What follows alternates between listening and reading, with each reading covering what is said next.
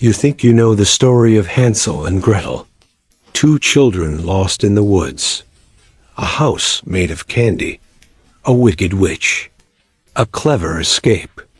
But what if I told you it was actually the memory of a dark, ancient ritual, a forgotten rite of survival, transformation, and sacrifice? Hidden beneath the surface of this familiar fairy tale lies a chilling legacy that dates back thousands of years. A tale whispered through centuries, echoing from famine-stricken villages, through pagan rites, and into the inked pages of European folklore. This is not merely a bedtime story. It is a coded memory of cannibalistic magic, shamanic journeys, and the primal terror of the forest. And it may be far older than we ever imagined. Once upon a time, there were two siblings, Hansel and Gretel, who lived with their father and stepmother in a small, struggling household on the edge of a dense forest. Times were hard, and food was scarce. One day, the stepmother, cruel and desperate, convinced their father to abandon the children in the woods. Left alone, Hansel and Gretel wandered deep into the forest, trying to find their way home. Hansel, clever and resourceful, had left a trail of breadcrumbs, but the birds had eaten them all. After days of hunger and fear, the children stumbled upon a wondrous sight. A house made entirely of sweets and bread nestled among the trees. They eagerly began to eat, only to be caught by the house's occupant, an old woman who lured them inside. But the woman was no kindly grandmother. She was a witch. She locked Hansel in a cage to fatten him up and forced Gretel to serve her, planning to cook and eat them both. Just when all hope seemed lost, Gretel tricked the witch into leaning into the oven. She shoved her in, slammed the door shut, and burned the hag alive.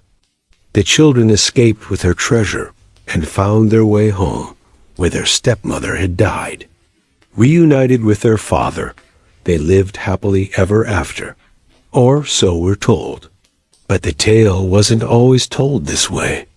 The earliest known written version of Hansel and Gretel appears in the Grimm Brothers' 1812 edition of Children's and Household Tales.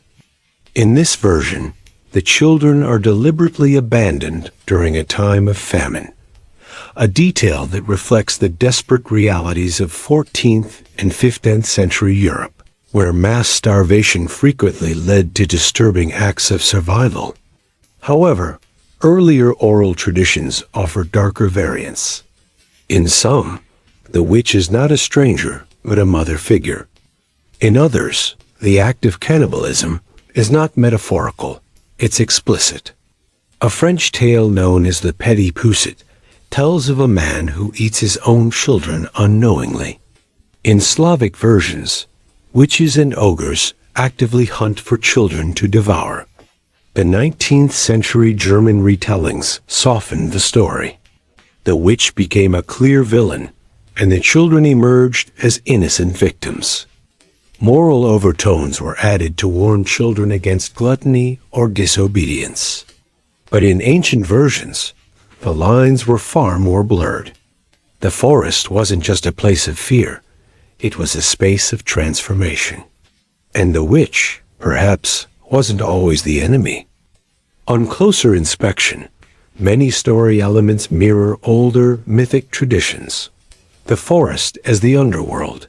In Norse and Celtic mythology, deep forests were seen as thresholds between the world of the living and the realm of spirits. Heroes entered these woods not to escape, but to transform. The witch's oven as a ritual cauldron. In Celtic myth, the cauldron is not just for cooking, it's a magical vessel of rebirth. In Welsh legend, the cauldron of Ceridwen grants wisdom and resurrection through fire. Children as sacrifice and return.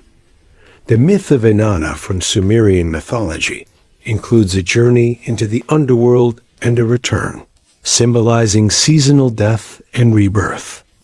Likewise, Hansel and Gretel enter a symbolic death through abandonment and re-emerge with treasure reborn and wiser. Could it be that Hansel and Gretel were never meant to be simple children? That they represent spiritual initiates? That the witch, far from a monster, was once a symbol of initiation through fire, a dark mother who demanded sacrifice for transformation? In 2012, researchers at the University of Vienna uncovered something remarkable: the core structure of the Hansel and Gretel story abandonment. Wandering, a cannibalistic predator, and eventual escape appears across dozens of Indo-European cultures, some predating the Grimm brothers by millennia. From Persia to India, Scandinavia to the Balkans, we find echoes of this tale. Starving children abandoned in the wilderness, magical homes with strange female figures, and rituals involving ovens, cauldrons, and transformation through fire. In parts of prehistoric Europe, archaeologists have uncovered hearths and pits surrounded by children's remains, some bearing marks consistent with butchery. While controversial, these findings have reopened discussion on famine-driven cannibalism, ritual sacrifice, and shamanic practices involving symbolic death. Even more compelling is a 4,000-year-old tablet from the Hittite Empire describing a seasonal festival where children were sent into the woods to meet the crone of fire. The goal? To return with wisdom, or not at all. Experts now believe that Hansel and Gretel may be a cultural memory of these rites, rituals of death, transformation, and the thin line between nourishment and destruction. So what if the tale is more than it seems?